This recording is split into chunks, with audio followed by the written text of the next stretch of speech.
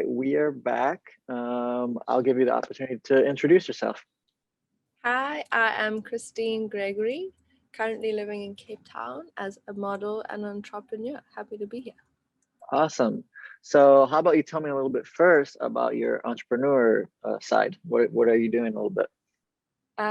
Since COVID struck the industry with modeling, it's been pretty slow. So I've started a business with two other ladies, and we all are thrifters. So we sell secondhand clothes. And then the second venture is jewelry. So yeah, I have a spare room in my apartment and just make beads all day. That's cool. How did you get into thrifting? Just a love of fashion. Hey, I've been in the modeling industry for so long, and I learned a few things. And yeah, I love the aspect of it being sustainable. So that definitely helps the ego. And then how have you guys been able to like grow the business? Kind of what is the business plan, I guess you could say? How do you guys sell stuff? How has it Okay. been growing? We started all individually on Instagram. Personally, it was trying to get rid of stuff that I had, stuff that I don't wear. We even sell knickknacks and utensils for the house. So recently, we've moved into a communal space, a studio in Woodstock. And from there, we actually, it's so lovely to not be able to have everything in our house. I don't have a space for that. So yeah, it's been such a great opportunity to have markets and join all of our customers. So yeah, that's a great space. So we basically are still running off Instagram, just because that's currently in Cape Town, especially that's where the market is. People are scrolling on Instagram anyway, so it makes it easy, makes them want to buy stuff, I suppose. I'm guilty as well of buying. Yeah. Sweet. How often are you guys going and finding stuff? And then like how much, let's say one day that you go out to the shops to try and find some stuff to thrift, how many things do you on average do you like bring back that are good to sell? In the beginning, I used to thrift a lot by myself, and I suppose it was hard in the beginning because you need to try and figure out which places are the best, where you get the greatest deals. I mean, quality is also really important as well. A nice thing that we like to pride ourselves on is we wash everything and fix everything up, and that's a part of the process that you need us for. That's why you would pay maybe not at such cheap prices. Um, Fuck, I forgot the question. It was like when you go out to buy stuff, how much do you Oh, bring back yeah. usually? Yeah, Okay. to sell. So basically, we all have a partner that we've connected with, and she does all the sourcing. Okay. Sometimes I throw in a few of my own things, or if I go travel somewhere, I'll throw in a few things that I found from a thrift shop. But she has really amazing connections, and she comes out of that with bales and bales of clothes. So we are like, she's in the process of getting a storage room because we don't have space now in the new space for all of the stuff. But vintage, like, you can't believe. And then how do you guys decide how much like to sell things for? So yeah, it's a tricky thing. A lot of the time it depends on knowledge as well. You need to be able to tell where it's come from, and then include factors such as your time, taking care of this piece and bringing it back to life, and shooting time and deliveries and all these other little tiny little pieces that kind of you have to factor in. Otherwise, it doesn't make up for us doing this. I mean, there would be no point in us doing this if we didn't factor in those costs. So sometimes it's hard on the ego, because you can see a piece and you can say, oh, this is probably worth 500 rand, but the industry it's so supportive, and it's coming from such a genuine place that it kind of prevents you to do that. So the markup isn't high. You just have to work double hard to try and make it back. Yeah. Do you guys have plans to kind of expand, maybe bring it to larger markets where you could have a larger markup, or you guys are kind of content with just sticking around in like the smaller market and just in Cape Town? Yeah, honestly, I think that would be great. I mean, our ideal goal is to have this whole building that we are in to just be thrift shops, and to every community. I don't know if you've ever seen it on Instagram. It is what, like, coming from the modeling industry, which is like a you're out for yourself kind of thing. This industry is so supportive. Everybody supports everyone and shares your stuff and promotes your stuff with just a good intention, like just to be Cool. nice. Yeah, because it all comes from such a genuine place. So the intentions are good. So yeah, I love this new venture. Have you guys done any like pop-up shops or anything like that, or just solely Instagram? So because we moved into this new space, we're trying to do month end markets where we put everything that we have on sale. Um, so yeah, it brings in a lot more customers and stuff like that. And then we do open studio sale days as well. Nice. Yeah, sometimes we can't do it because of the COVID regulations, and obviously need to abide by that. But yeah, it's been flipping amazing. Nice. And I'm sure there can be like a big market for that, because I was just in New York last week and they were selling some old t-shirts that I'm sure they found for like $5, and they were selling for like $60. Yeah, So you just got I to think, find the places. yeah, they are definitely going to be those people. Yeah, definitely. So let's shift to the modeling side a little bit. How did you get started with that? I went for dinner with my dad, and one of his business partners was there with his wife, and she was a model at the time, and kind of just threw out a bone and said, "Would you like to come and see my agent?" So yeah, I was in grade 10, and now yeah, they signed me on the first day, and I've only ever been with the same company. I moved to the Cape Town branch, but only ever them. Nice. So how long has that been then? 7 or 8, 7 years, 7 years now. Yeah, it's Okay. been. And how has your kind of style or what you like changed since then, or your style, or what you like shooting, or what you end up shooting? That's a good question. Um, I think in the beginning I was so eager, just super excited, said yes to every collaboration. And more recently, I've realized that takes a lot of energy that I need to be using for myself and for personal growth, as much as it is um, to just shoot with everyone. I kind of have to be super specific, because if the images that I get back I feel like don't capture what me and what I look like and what I can bring to the industry, it actually ends up being a downfall. Yeah. So what are some things like when you're looking or deciding, what are some like deal breakers or some things that you look for that like, oh, this is me, this is what I like? Super edited, like really, really edited. And that for me is it's easy to notice because I've been around a while. I know what to look for. I know what good editing looks like. I don't want to use the word tacky because that's not the right word to describe it. But I can't think of another word. Just over edited is something, and then maybe also someone who doesn't just shoot with everybody. They're specifically looking for a specific look, and the direction that the model and the photographer have together. That's really important as well, because if you can't communicate and if there's no boundaries or whatever, the final result kind of shows that. If they're looking really uncomfortable the whole time, then maybe that communication barrier wasn't quite good. um, yeah, and then also something simple like experimenting. um, I love working with people that are out there and want to try something new, even if nobody else likes it. That's great. That's always amazing because you can get a real gem out of that. For sure. What style do you like best right now? What type of genre for shooting do you like best? I'm a big editorial fan. Yeah, clean, and but like edgy, and yeah, just maybe a bit glamorous sometimes, I suppose. Yeah. Do you see any other genres that you're trying to get into or trying to experiment with in the future, or you think you kind of found what you like?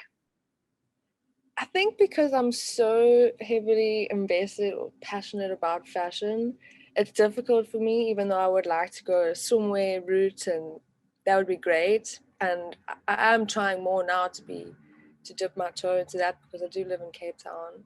So I think that it's an opportunity, definitely. But I love fashion and I love clothes and I love how you can create so much. It kind of takes a little bit of a pressure off the model, and puts more focus into how the model can capture the movement of the clothes, or the aesthetic. What are some things, or what have you kind of learned from modeling and being in the industry that you could take to like your business now, or what have you been able to apply, or some skills?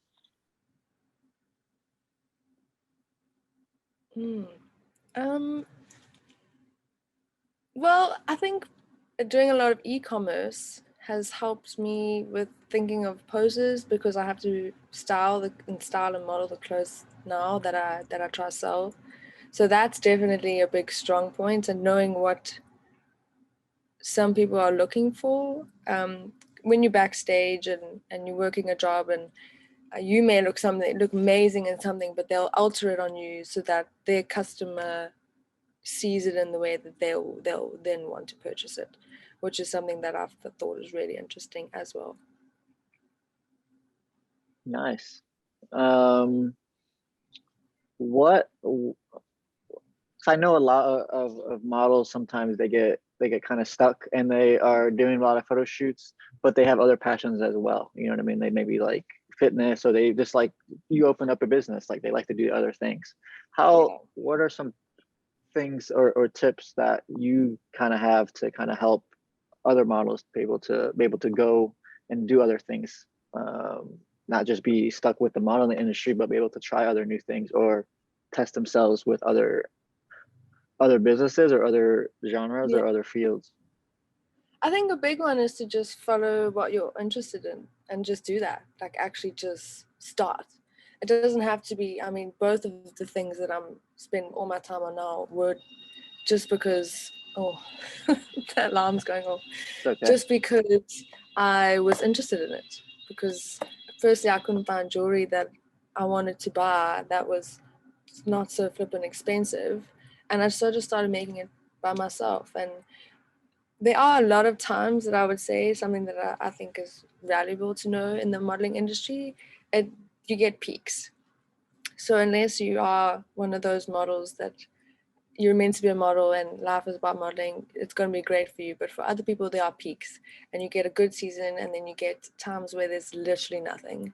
And the biggest thing that I've learned is those periods of nothing are so important, because when you're going through the periods of, so it's just so much, you get into this feeling of, oh, I can't do this, I don't like this, it's so hard.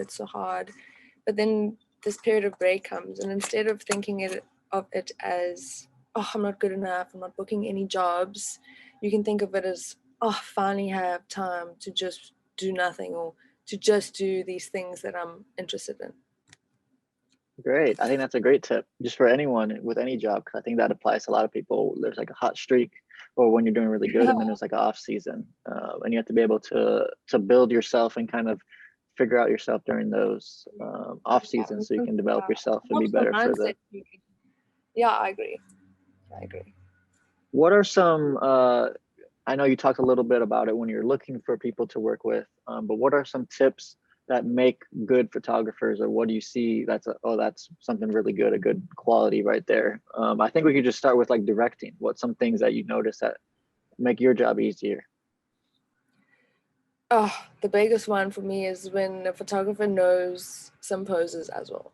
That for me helps a lot, and they can see what you're doing when it looks good and tell you to stop, do more of that. Okay, carry on.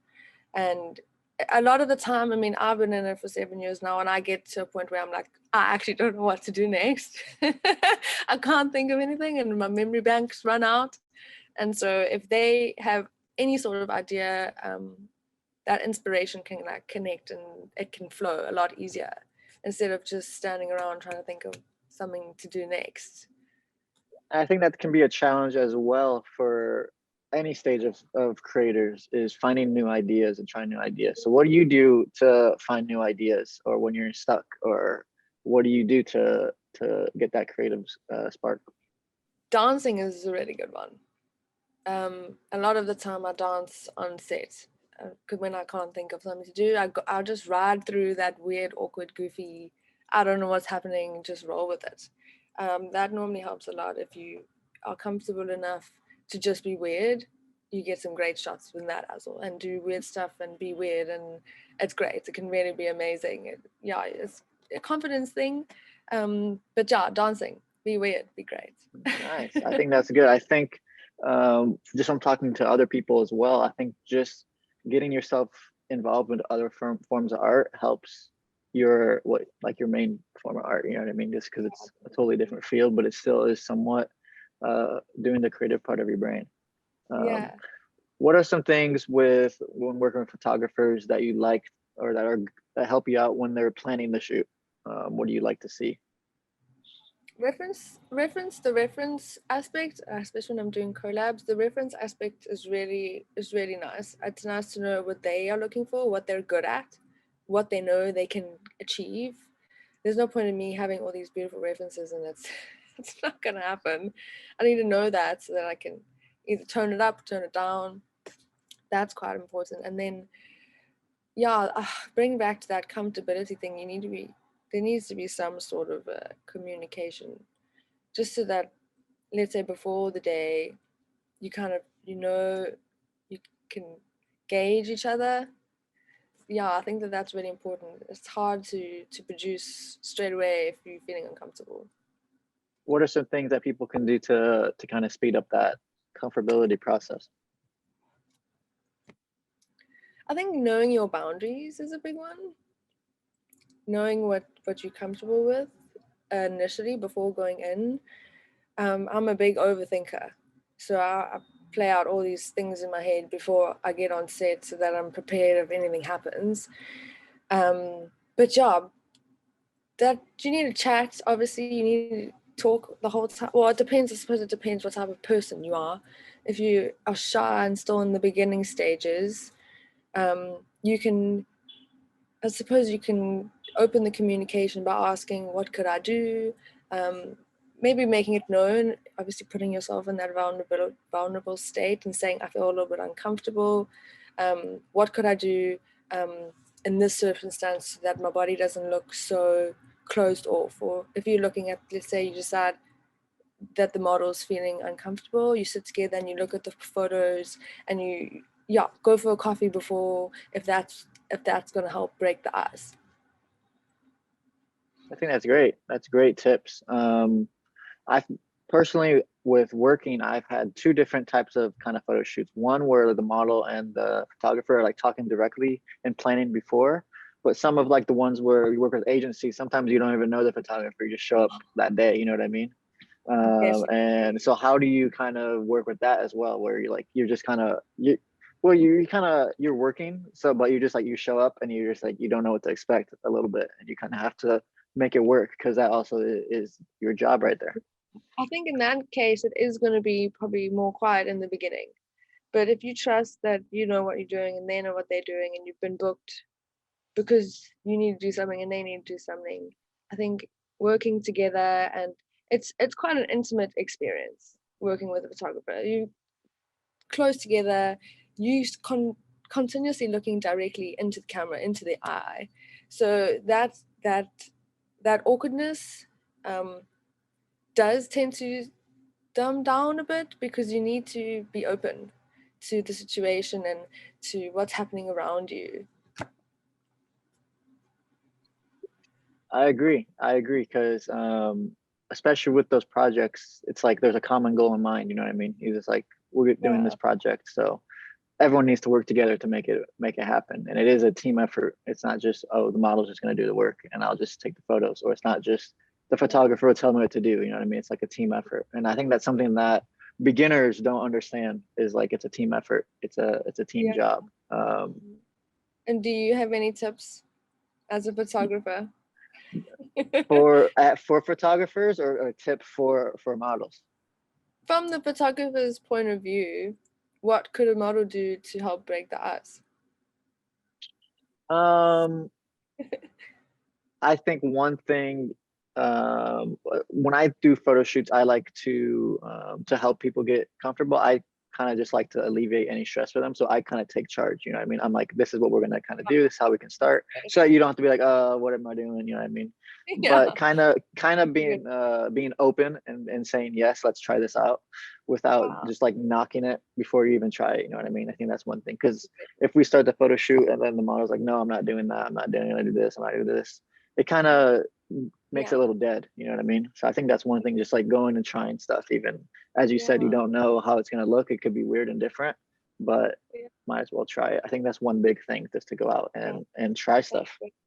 that definitely does make a big difference. What do you like to see? What makes a good photographer, like during the shooting process? What do you like to see that's like, oh, that was a really good experience? I know you talked about a little bit communication, directing. Is there anything else that you like to see that, because you have probably worked with a lot of different people, what kind of can differentiate the beginners and like the real pros while they're shooting? I know some people, they like to shoot really fast, some shoot slow. What when you go away from a photo shoot that was I really good, definitely what do you think prefer makes the it good? fast. I definitely do prefer fast, just because if I have to keep stopping, it cuts me out of the flow. Obviously, in the beginning, I preferred slow because it helped me think of what to do next. Um, and then something that I also really, really love is when I'm told not to do something, because I don't want to look like an idiot. I don't want Yeah, to. I don't want to look. I don't want to be doing this weird pose, and it actually, because a lot of the time these weird poses, they don't come out like you want them to. So being told, no, that didn't look good, and then to have the confidence in yourself to be like, okay, cool, next one, and move on, and not go back to that, because I probably would have kept it in my memory bank and gone back to and that then again again and another done time. it again and again and again. So yeah, that's a really good one. Do you think, because I've gotten feedback, because I'll tell people, just no, don't do that, but they like that just because it shows that the photographer knows what they want as well. So Yeah, that's I some want like to look having good. I want confidence as it to well. make me look good. Yeah, And and I that think make that's me look something good. that people have to work with, because starting off, I would just be like, I would just let it play out. You know what I mean? Like, it doesn't look good, but I'm just gonna see what happens. But then you could waste 30 minutes, and it's like nothing came out good. So you have to kind of learn to be like, no, let's switch it up, Yeah. But or then we on need the to other hand, you also need to have the praise. I yeah. love knowing what I'm doing is good. I love it when I'm like, yes, that's great. Oh, beautiful, good shots. I thrive off that. It actually makes me better and be more adventurous in my poses if I know that what I'm doing is great and it looks great. What, and then I think the final thing with dealing with photographers is you talked a little bit about editing. Yeah, I think explain a little bit about the editing style that you'd like and kind of the different ones that you don't like, because especially in different regions, they probably have different styles. Yeah. What you still talked a little bit about, like the over editing, make it look different. What do you see sometimes that this is something that you really like? What makes that pop out? Um, okay. I like it when you can see some skin texture. I understand that you can edit out dark circle or a pimple here and then, but to actually photograph the texture of the skin, that I think always looks amazing. I think that the reel is really in right now and it looks so good. Um, I've had a lot of editing where my hair is no longer blonde, it's gone gray, which I don't love that. I'm not gonna lie, I'm not gonna use those pictures just because it doesn't portray That's me not as who I you am. are. I've had images where my eyes are like cat green, like my eyes are not that green. Or like my teeth are so white they could blind your eyes. Yeah, it's hard. It's a hard thing to say, but in this industry, it does happen a lot. And yeah, we want to look amazing, but there's a fine line. And models are always going to be beautiful, so there's not that much that needs to be done. A little bit more of a blue sky is great. I'm all for understanding that like a grain. Oh, love a grain. Love that. Love. I think it looks amazing. The whole grain beach vibe. I think that's great. But yeah, there's definitely a fine line. You want to keep it natural and realistic, but still keep it beautiful. You know what I mean? Yeah. Yeah. And I think as well is like when you see something with your eye, but you take a photo, sometimes the photo looks a little different. So I think that's the Mm, photographer's job to make it look like Looked how like you it was. saw it. You know what I mean? Like it Yeah, was, the water was blue. It wasn't brown, right? Or you know what I mean? But exactly. as well, the model's skin does not look like plastic. You know what I mean? And their eyes Yeah, are don't look like crystal green. So yeah, it I think creates a that's hard image to live up to when you get a picture back and you look like a porcelain doll, and then your next shoot you look like a drowned rat because you don't have you've got bags under your eyes, and it's a hard standard to live up to, looking so perfect and terrible. absolutely. What is the what is the industry like there in South Africa and Cape Town? I don't know. Have you had experience traveling to different places and work with Mm. different industries, or Yeah. it kind of have been restricted mainly to Cape Town and South Africa? I went to Milan for 3 months, and then from when I was there, booked a few jobs, and then booked a job in Paris and Monte Carlo. So I've not. I mean, it was 3 months, which is not a long time in the industry. It's one trip, so I can. It's so difficult to compare them. I would say that European market is a lot more saturated, um, and it's a lot. I wouldn't say more professional because that's not the right word, but everything's more structured, whereas here it's a lot more laid back. I mean, in both scenarios everything takes a really long time. That's just a given in the industry. If you book a job on set, everything takes so much time. um it's difficult because you're dealing with a more European market, which is high in fashion and runway and all that lovely stuff, and here's a lot more commercial. So it's beach shoots and TVCs and commercials. So yeah, they're completely different. How is it different working with like the photographer, or even I don't know if you've worked with different models on set? How would you compare those two? Like even just like the attitude. Um, 'Cause I feel like sometimes if the more professional it gets, sometimes people can begin to get like rude. It's difficult for me to answer this question because I only ever interact with people that I'm connected to. Okay. So um I think in both scenarios you're going to get people that are closed off and don't want to chat, and that's fine. I mean, it's not going to bug me because I'm just going to go find someone who can chat to me, even if it's the makeup artist and nobody else. That's super chilled. But yeah, I would definitely say in both cases you're going to get both.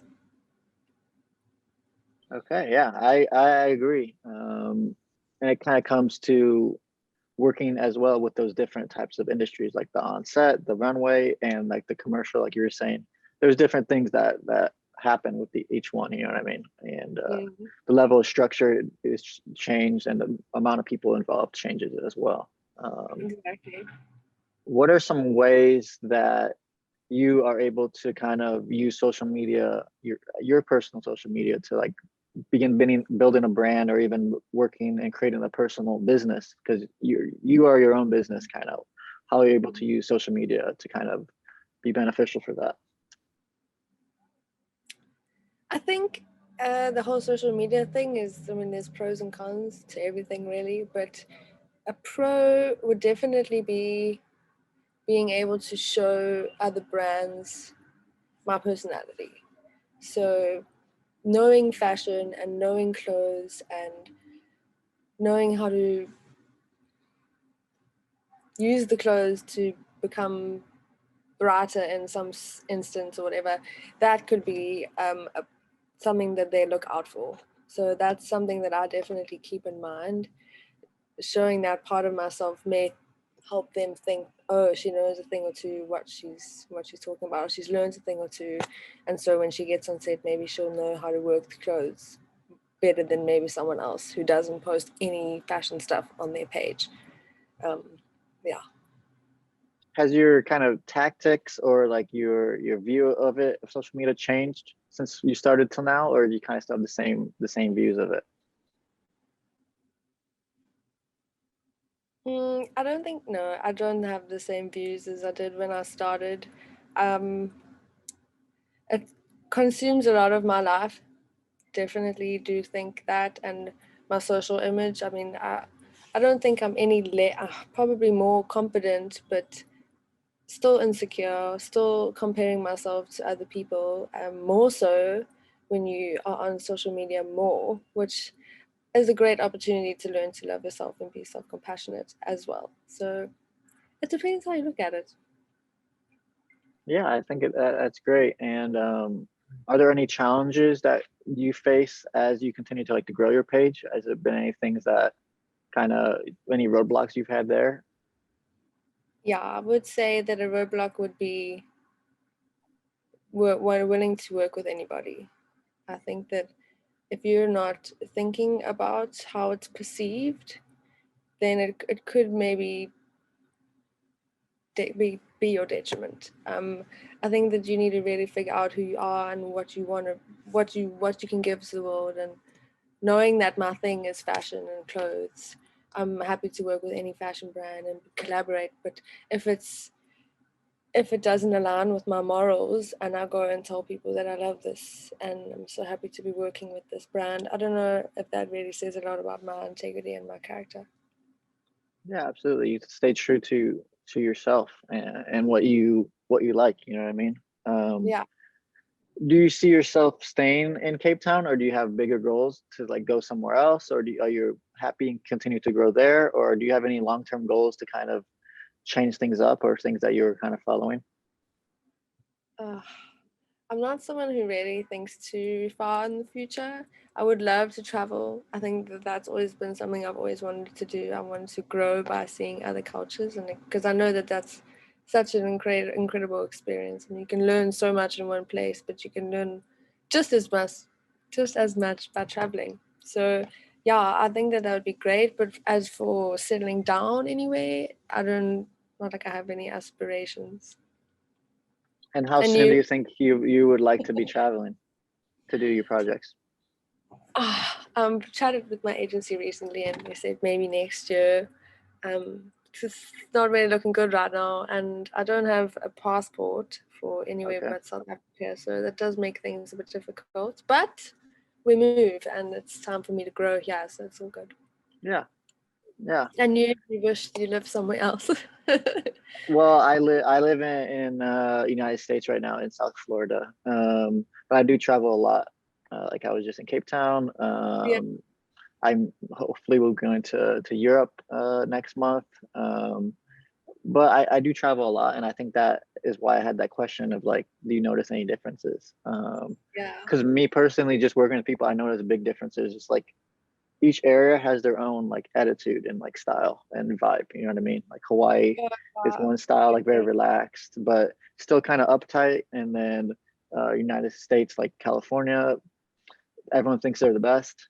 Um, but I thought what I noticed about Cape Town is everyone is very, very nice. No matter how Amazing. popular or how cool. That's what I thought was everyone's very nice and very, very sweet. Nice to Which hear. which I was a little surprised by, just because you don't see much of that in United States. Everyone thinks that they're better than you and they're too good for you. You know what I mean? Okay, that's cool. It's good to know.